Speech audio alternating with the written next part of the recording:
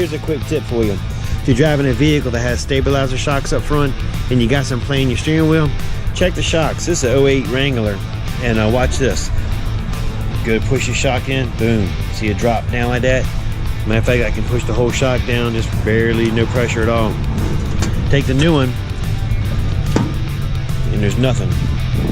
No play at all. And you gotta really push hard to get it to go down.